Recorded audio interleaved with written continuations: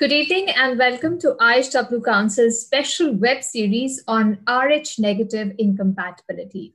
I'm Anisha Rayadhavan and you're watching our exclusive show on Rh negative blood group and its impact on pregnancy. A healthy pregnancy is a celebration for the entire family to welcome a new member. But there are a few things that would-be parents should be aware of when starting a family. One of these issues is Rh incompatibility. This occurs when a pregnant woman whose blood type is Rh negative, for example, let's say B negative, is exposed to the Rh positive blood of a fetus. Let's say it's B positive. Because of the incompatibility, the mother develops Rh antibodies which have the potential to cross the placenta and attach or destroy the fetus' red blood cells. This causes the fetus to become anemic, and in severe cases, the baby may need special blood transfusions called exchange transfusions, either before birth, which is called an intrauterine fetal transfusion, or after delivery. Now, our show today is special because we're going to talk about Rh negative blood group and its impact on pregnancy and address some of the questions that you may have on this aspect of pregnancy. To guide you for this and to answer all your queries, we have with us Dr. Kushagrati Ghosh, Senior Consultant, Obstetrics and Gynecology, Institute of Fetal Medicine, Omega Clinic and Bhagirathi Neota Center, Kolkata. Welcome to the show, Dr. Ghosh. Well, thank you. Good evening.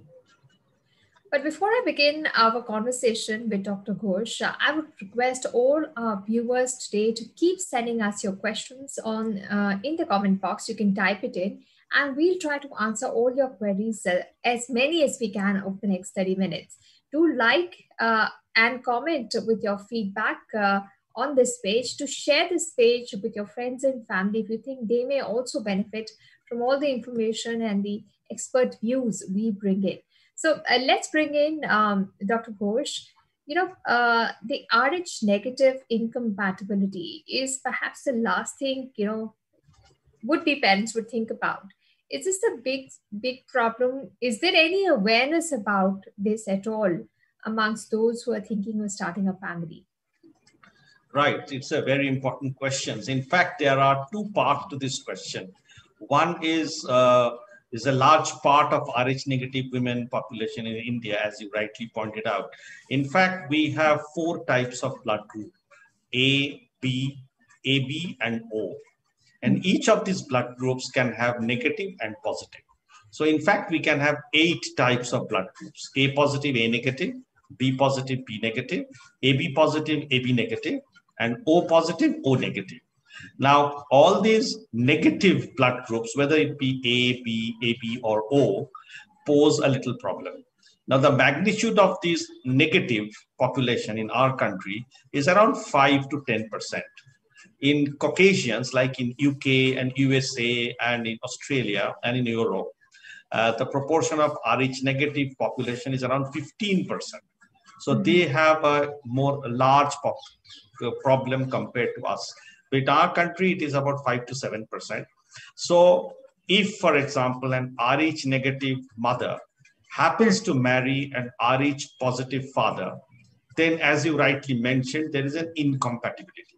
In what case the blood group incompatibility occurs and the baby suffers some problems, which probably we're going to discuss later on. Now, that is the magnitude of the problem. And the magnitude of the problem is almost equal all throughout India. But it's not that in South India it's more, in North India it's less. It's not like that. So like thalassemia is more common in North India, whereas it is not common in South India. But regarding Rh negative problems, majority of the cases occur, all the cases occur uniformly all over India. Now next question is about the awareness. Now the awareness of this problem is very, very low, especially in rural and suburban centers and villages, because women and men also don't even know their blood group. In some of the schools in Kolkata, for example, there is a routine testing which is done by the school authority before entering the school or during the school days or college entrance. They would know their blood group. Or sometimes when women or men start their office work, or they start this salaried job or whatever, then it becomes an incumbent. It's almost necessary to get the blood group done because of the badge and things like that, name tags. So that's how we know our blood group. Until and unless, of course, there is an operation which is going to be done on somebody where blood group is essential. Apart from these, nobody actually goes to the clinic or to any diagnostic center to know what is my blood group, unless they are a blood donor. So the situation of knowing the blood group among Indian population itself is very low. Now, when these population enters into their childbearing age and they ultimately become mothers and fathers, most of them, I would say more than 90% of them, I'm talking about whole India, I'm not talking only about Kolkata, Mumbai, Chennai, or Delhi. Majority of them would not know their blood group. So the awareness about blood group, knowing the blood group, especially during pregnancy, is very, very low. Now, the first time probably a blood group is advised in majority of women is when they become pregnant. And when they become pregnant, then routinely, it is a routine which is done all over the world by all the guidelines, and also in India by our FOGSI, the Federation of Obstetricians and Gynecologists of India. They have recommended that all pregnant women should have blood group tested on the very first visit. When the blood group is negative, they're found to be negative, then it is imperative that the spouse also gets a blood group checked. So as a whole, to answer both your questions, there is a huge demand for blood group knowing, which is a challenge. And secondly, is that, yes, the awareness is very, very poor. But Dr. Ghosh, if a woman is Rh negative and her husband is Rh positive, can we say 100% that there will be a problem during the pregnancy? Or is still just a matter of chance? It could be that the baby that is not Rh positive, he gets, an Rh negative blood group. Yeah, this is also a very good question. There's no point in getting scared in a way that whenever a woman who is negative marries a husband who is positive, all the babies will get affected. No, but the chance of getting affected is very high. Like, for example, if a mother is Rh negative and the father is Rh positive, then there is a 16% chance that the baby would be affected with Rh negative positive incompatibility.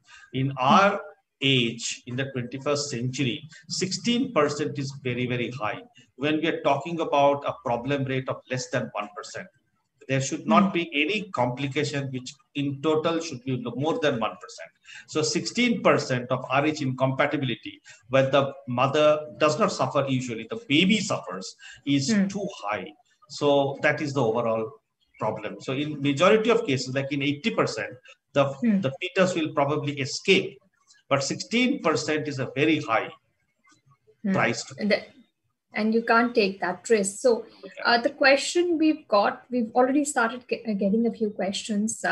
And one Facebook user is asking, how can Rh factor incompatibility be prevented? Can you prevent this? Okay, that's a very good question. Now, today, actually, we are going to talk mainly about prevention, because treatment is something which is done in higher centers like fetal medicine centers. So this is a very pertinent question in today's talk. The only way to prevent Rh incompatibility is to know the blood group of the mother, know the blood group of the father as soon as possible in pregnancy or even before pregnancy, and do a test which is called an indirect Cumb test. If the indirect Cumb test is done and if it is negative, then the mother receives an injection which is called anti-D injection at around 28 weeks of pregnancy. That would prevent Rh incompatibility from the tune of 16% to less than 1%. Now, even after that, when the mother delivers, then the blood group of the baby is known. If the blood group of the baby is done within 24 hours and up to 48 hours, and we know that the baby is positive, like the father, then the mother has to receive an extra dose of anti-D within 72 hours of delivery. Say, if we do the antenatal prophylaxis, which is at around 28 weeks, we said one injection when she's pregnant, and one after delivery, if the fetus, if the baby is Rh positive, then the chance of Rh incompatibility, it comes down to around 0.1%, which is 1 in 1,000, which is very, very low indeed compared to the 16% that we discussed before. Now, this is regarding pregnancy. Dr. Ghosh, the question perhaps is how to prevent it. This sounds more like a treatment. I'm already pregnant and I'm going to get a shot at 28 weeks. Another Facebook user is asking, does knowing your partner's blood type before marriage help in avoiding this condition? Is this this prevention? Yes, this is what it is. Knowing the blood group of the partner before will not prevent Rh negativity, Rh incompatibility. It is only that if we know the partner's blood group and if it is positive, then the only way to prevent Rh incompatibility is to give injections during pregnancy. But two or three things can be done even before pregnancy, like to be aware that an Rh negative mother should not be transfused with a Rh positive blood. Suppose a mother who is Rh, or a woman who is Rh negative, who is not pregnant. I'm talking about before pregnancy now. If she's not pregnant and she's Rh negative and she by chance needs any blood transfusion, any operation, then we have to be extremely careful that she does not receive any Rh positive blood transfusion. The other one is, suppose she becomes pregnant and there is an abortion, or she has a miscarriage, or she wants a termination of pregnancy, then we don't know the blood group of the baby, fetus, because the fetus is not formed yet. In that case, routinely we should give anti-D. So that is another method of prevention. So these are the two major preventions, like when the mother is having a termination or abortion or miscarriage or any bleeding during pregnancy, she should receive anti-D. And an Rh negative woman should never be transfused with an Rh positive blood. If we can avoid these two scenarios, then the problem of Rh negative incompatibility will very much reduce.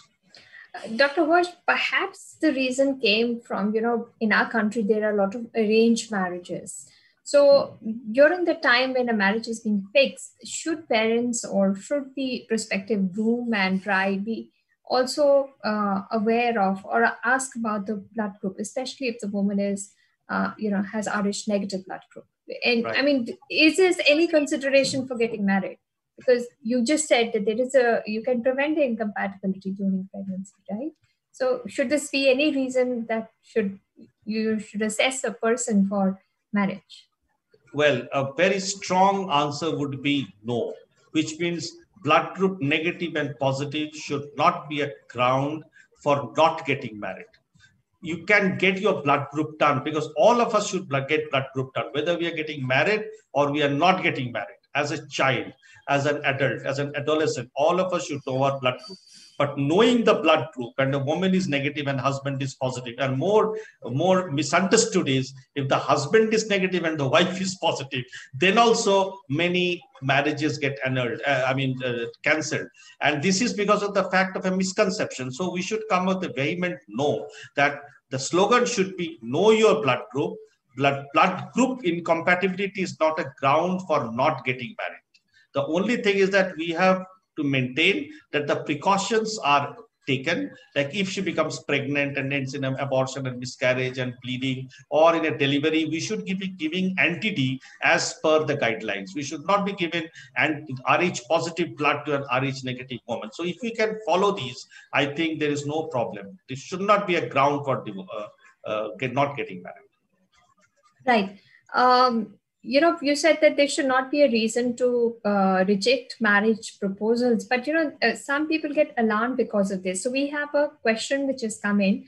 Why does Rh incompatibility occur in a woman? You've explained this. The subsequent question is this condition fatal for both mother and child? Now, what I've heard from you, doctor, that this is not a dangerous condition. Yes, the risk to the baby is high, but there are proper ways and means to manage it. So is there any reason for fear or panic? Right. Well, first of all, the Rh incompatibility between the mother and father does not pose any problem for the mother. The mother probably won't know even. But the problem is mainly with the baby. What happens in this incompatibility is that the baby's red blood cells, which actually carry the hemoglobin and the oxygen, they get destroyed very quickly. And so the baby suffers from anemia. And this is called hemolytic anemia. Now, if the baby is anemic, the baby will not grow. The baby's hemoglobin will fall. The heart has to pump more. The heart will fail. Ultimately, the baby will have waterlogging all over the body, which is called hydrops. And actually, it can result in baby's heartbeat getting off during pregnancy inside the mother's womb. Now, if the baby escapes this portion and happens to get delivered, then the anemia will continue, and then a new situation will develop where the baby will develop jaundice very soon after birth. And this jaundice can cause problem in the baby, and sometimes baby can have convulsion. And if this baby survives, then this baby can suffer from mental retardation, failure to walk, development delay, and these sort of things. And this situation is quite common in India because of this Rh incompatibility, which has not been diagnosed or it has not been prevented by NTD. Right. Dr. Ghosh, we're getting more questions. Can an Rh negative man and an Rh positive woman conceive a child with medical intervention? Is medical intervention required at all? Because if a woman is Rh positive, I don't think there's ever any problem. Is that true? No, that's not a problem. As I say, if the husband is negative and the wife is positive, that is not a problem at all. It's only in cases where the woman is negative and the husband is positive, then only problem occurs. Right. Now, we have another question which is coming from a Facebook user. Can RhoGAM shot prevent further pregnancy loss? Now, it is further pregnancy loss. I mean, I just want to try and understand that. Does this Rh incompatibility lead to an abortion or a miscarriage? Because, you know, in the question it says, can RhoGAM shot prevent further pregnancy loss? Well, RhoGAM shot can prevent further pregnancy loss if the pregnancy losses has been due to Rh incompatibility in the first place. Now the question is, if the Rh incompatibility has occurred and there is a miscarriage, the mother is already immunized. So it's very important to understand that if the mother is immunized already, which means the ICT is positive. As I said, the ICT should be negative. ICT is a test which is done in the mother. In any mother who is Rh negative and the husband is Rh positive, we do a blood test which is called ICT to know whether the mother is already immunized or not. If the mother is not immunized, then RhoGAM has a role or NTD has a role. But if the mother is already positive and she is having miscarriages due to positive, ICT positive, then this NTD will not prevent further miscarriages. And then we need to treat the baby, affected baby, inside the uterus or after delivery by intrauterine transfusion, as you mentioned, or by exchange transfusion after delivery. But does this incompatibility lead to pregnancy loss? Yes. Incompatibility which leads to pregnancy loss. This is the other thing, because what happens if the mother is already immunized, then the fetus will have anemia and ultimately will have hydrops and die inside the uterus. Now, suppose in the second pregnancy, first pregnancy usually escapes, but in the second pregnancy, suppose the fetus dies at the age of 9 months or 8 months inside the womb, then usually we see in the third pregnancy, the complication becomes more acute and the pregnancy loss may occur at 7 months. In the subsequent pregnancy can occur at 5 months or even 3 months. So like that, it becomes more earlier on. So as the number of pregnancies increase, the chance of fetal complications become earlier and earlier. But all of this can be prevented if you take the NTD shot. Yes. Right after the first miscarriage has happened, right? Exactly. So the whole idea is to keep the mother, Rh negative mother, protected with NTD shots so that she never becomes ICT positive. Blood group negative is not bad, but blood group negative with ICT positive is bad. And the NTD, the whole idea about giving NTD is to prevent the Rh negative mother from becoming ICT positive. All right. So now we have another question from Facebook user. both husband and wife have blood group A positive, will there be any issue in conceiving and in pregnancy? Could there be any complications? Right. This is far removed from Rh negative topic, which we are discussing today. And there is a common myth among population that marriage between two same blood group individuals can cause problem. This has not been tested by scientific knowledge. So yes, this is some myth which goes on, but that should not be something which will prevent an A positive getting married to an A positive or a B positive getting married to a B positive. But even if there is no scientific study to this, in your practice, anecdotally, have you ever seen anything like this? Because this is the first time I'm hearing that I'm positive, my husband is positive, will he have trouble conceiving or complications during pregnancy? From all the patients you see anecdotally, is there any evidence to this? Right. The problems in the fetuses and the pregnancies occur only if the marriage has been a consanguineous marriage, which means a blood relation marrying another blood relation. In that case, it is not the blood group that is important. There are other genes which are shared in the same family. And when two members of the same family, which are cousin, brothers, sisters, mama, and their bhagni and niece and nephew, they get married, then what happens, there are a lot of genes which are in common, and these are the fetuses or babies who have more chance of genetic problems. So it's not really regarding Rh incompatibility, but as a whole, all over the world, consanguineous marriage is something which is unscientific and they're advisable to be prevented. All right. We have another question from a user, a Facebook user coming in. When would one need to have antibody screening? I think it's the ICD test that you're talking about. When does a mother have that? Right.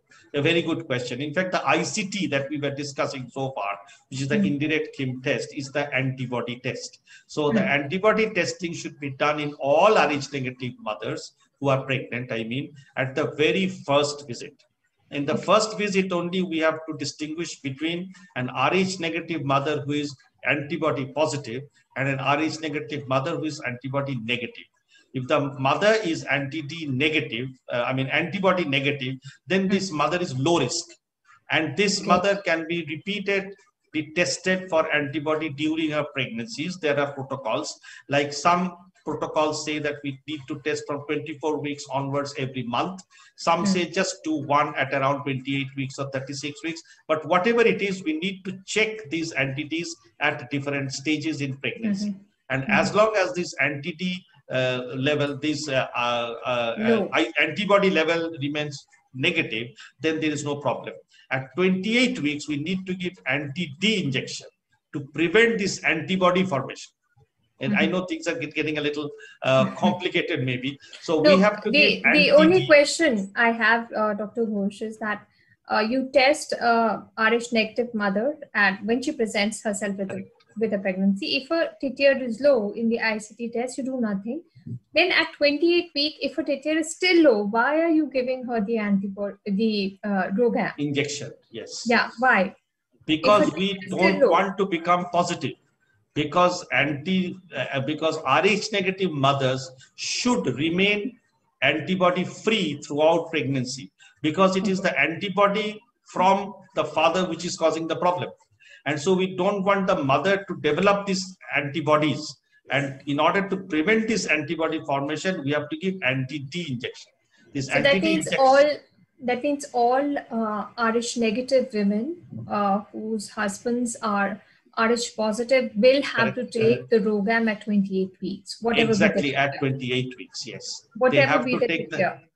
No, they have to take injection anti-D, as you rightly mentioned, at 28 weeks and after delivery. Because at 28 weeks, we don't know whether the baby is Rh positive or negative, because the baby is inside the mother's womb. So we give everybody anti-D at around 28 weeks when the mother is negative and the father is positive. But after delivery, we check the blood group. And if the blood group of the baby is positive, then we give an additional dose of anti-D. And all this idea is to prevent the mother from developing antibody. Okay. So during the first child, after the delivery of the first child, the child was found to be Rh positive. I took the the anti-D, the Rhobam shot. Now, when I present myself with another pregnancy, will I need the shot again? Because now I would have become sensitized to the No, Irish I positive don't blood, become right? sensitized because Oh, because sensitization is when we are not giving the anti-D. So the mother who has received anti-D will not become sensitized.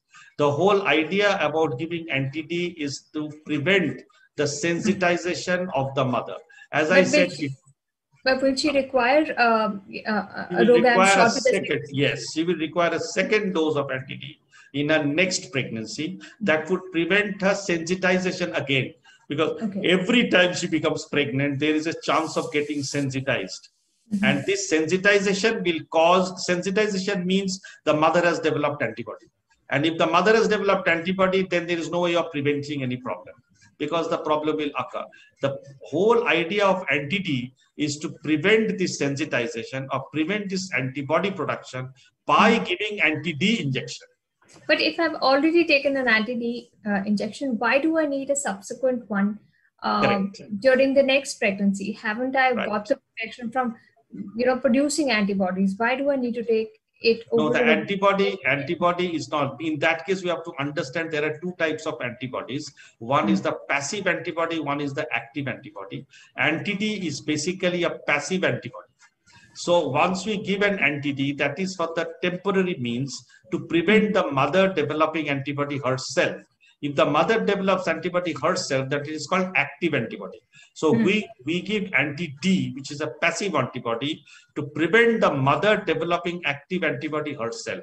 Now, if we don't give anti-D, then the mother will develop antibody and she will become ICT positive.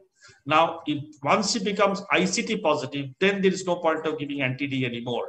So the whole idea is whenever the mother becomes pregnant, at every pregnancy, we give an anti-D to prevent sensitization. And at any sensitizing event, which means miscarriage, abortion, bleeding, or delivery, we have to give anti-D. all right.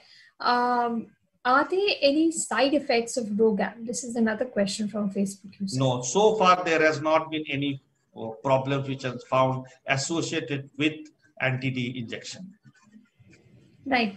Dr. Ghosh, you said that if in the ICT test, we find that the mother is positive and she has a high TTR, then there's no point of giving her the anti-D. Then what is the course of treatment? How do you protect the baby? Because you said the mother will be fine, but the baby is the one getting affected. So what is the course of treatment there? Right. It's a very good question. So this is a question where the prophylaxis has failed, which means we have given anti-D or we have not given anti-D. And for whatever reason, the mother is already sensitized. She has already developed antibody. And this is the problem which can occur in, as I said, 16% of cases where the fetus gets affected. And the main affection is by anemia.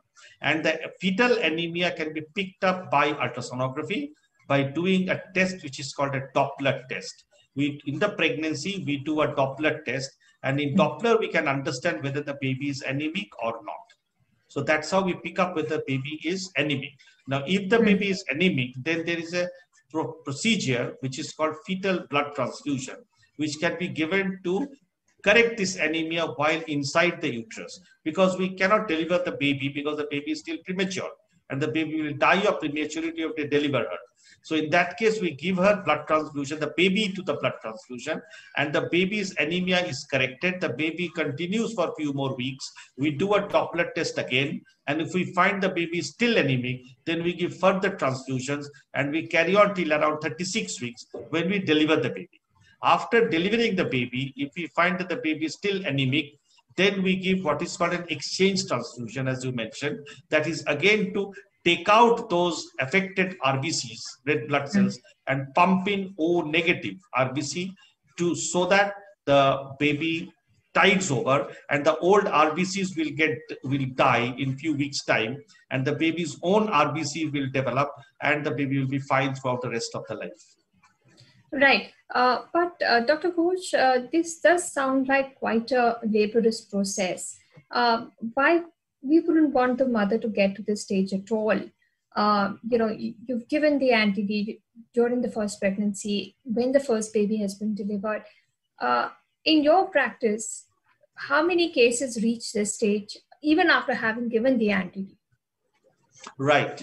This is very, very rare. If anti-D is given in proper time and in proper doses, it's extremely rare that the mother will develop complications due to anti-D, because she will not develop antibodies on her own. So that is because this anti-D which is given kills the Rh positive blood cells of the father, which has entered the circulation, which causes the whole problem.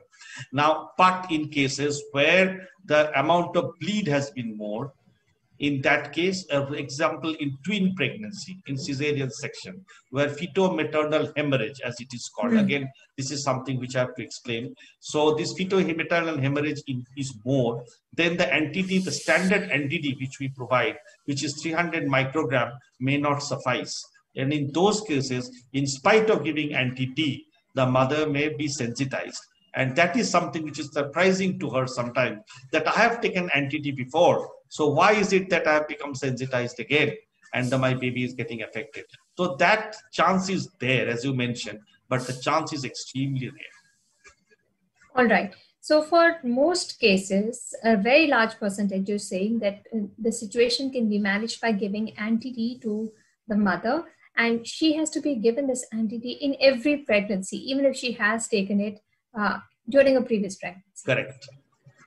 So the question is not whether anti-D is effective or not, how many times it is to be taken or not.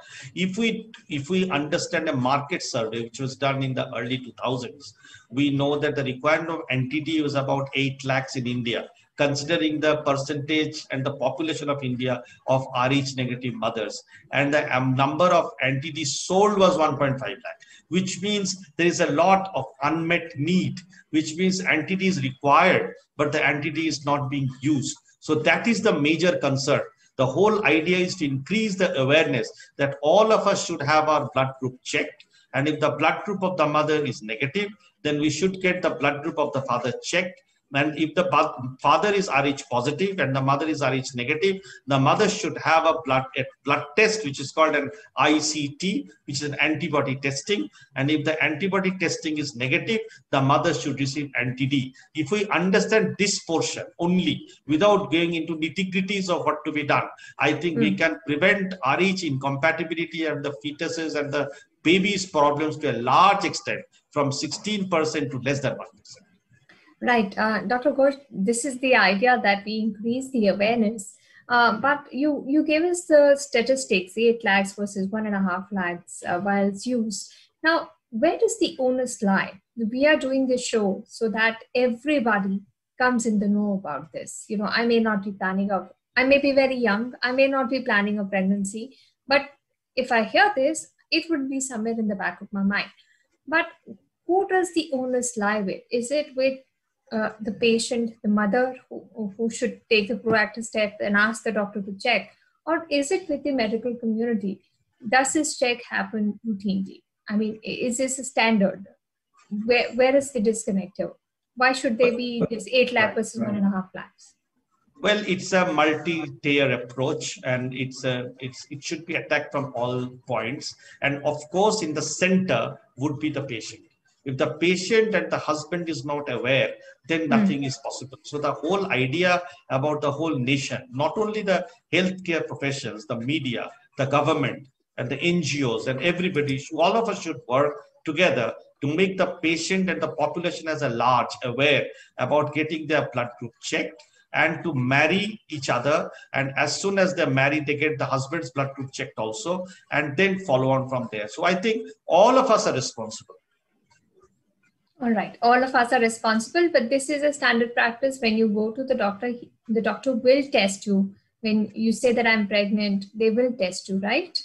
That is an absolute necessary, because if the doctor does not check a blood group of a pregnant mother, they should be considered as negligence. So I don't think there is any doctor who would care for a whole pregnancy without getting a blood group checked. So that is not the question. The question is, many times anti-D is not given. And this NTD is not given because sometimes deliveries occur in centers, and also NTD is a cost factor is also involved. Like one NTD ampoule would cost around 2,500 rupees. And this is very costly. I think one of the areas which can be worked upon is the subsidizing of NTD. If we can subsidize NTD to the rural population and the primary health center and the subsidiary health center, that I think would go a long way, because we write NTD and sometimes the patients cannot buy NTD. So that's a real question. All right. So it's not just the testing at the medical level, but even the giving of the NTD, which is very important, and patients have to be able to afford it. I'm sure, soon there will be a way by which it will be made more affordable, and something that one should take for the health of the baby. Now, Dr. Ghosh, one last question.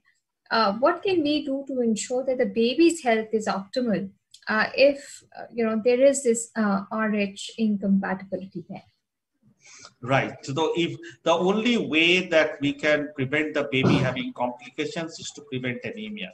So if we find that the mother is Rh negative and she is ICT positive for very unfortunate reasons, NTD has not been given before or whatever, and she is Rh negative ICT positive, which means she's already sensitized, then we should monitor the baby by Doppler study, as we mentioned. And once we understand that the baby is anemic, we should give the baby blood transfusion, deliver the baby in a center where it is equipped to give exchange transfusion after delivery. And once the baby delivers, then we have to give exchange transfusion to correct the anemia. This baby will again develop jaundice. So there should be center which is equipped with what is called phototherapy. And if phototherapy is given, this is a treatment for jaundice. So treatment for anemia is blood transfusion. Treatment for jaundice is phototherapy. If these two are given in a center where there is a very less chance of infection, then in majority of cases, the baby comes out fine. But if that is not given, then the baby can develop convulsion, which is called kernicterus, develop mental retardation. And this is really a very poor thing, because all these things could have been prevented with one shot of NTD. Right. That's really very critical for mothers to take that NTD should they have the negative blood group. Thank you so much, Dr. Ghosh, for joining us from Kolkata and answering all the questions that you've taken up on Rh negative blood group. I'm sure, with so many questions answered, there'll be greater awareness and perhaps even some relief among maybe planning families about the blood group. Thank you so much for joining us. If you have any more questions, you can send them to us on WhatsApp. You can use it to click on the WhatsApp button on our page and send us your queries. Don't forget to follow us and stay updated on all the concerns about health and well-being. This program was supported by Bharat Serums and Vaccines Limited under its public awareness initiative. We'll be back with another special show on Rh negative incompatibility next week, same time. Do follow us on Facebook to get all the updates about our upcoming shows. Keep sending us your questions and we'll certainly include them in our next show. Till then, stay home, take care and stay safe. Goodbye.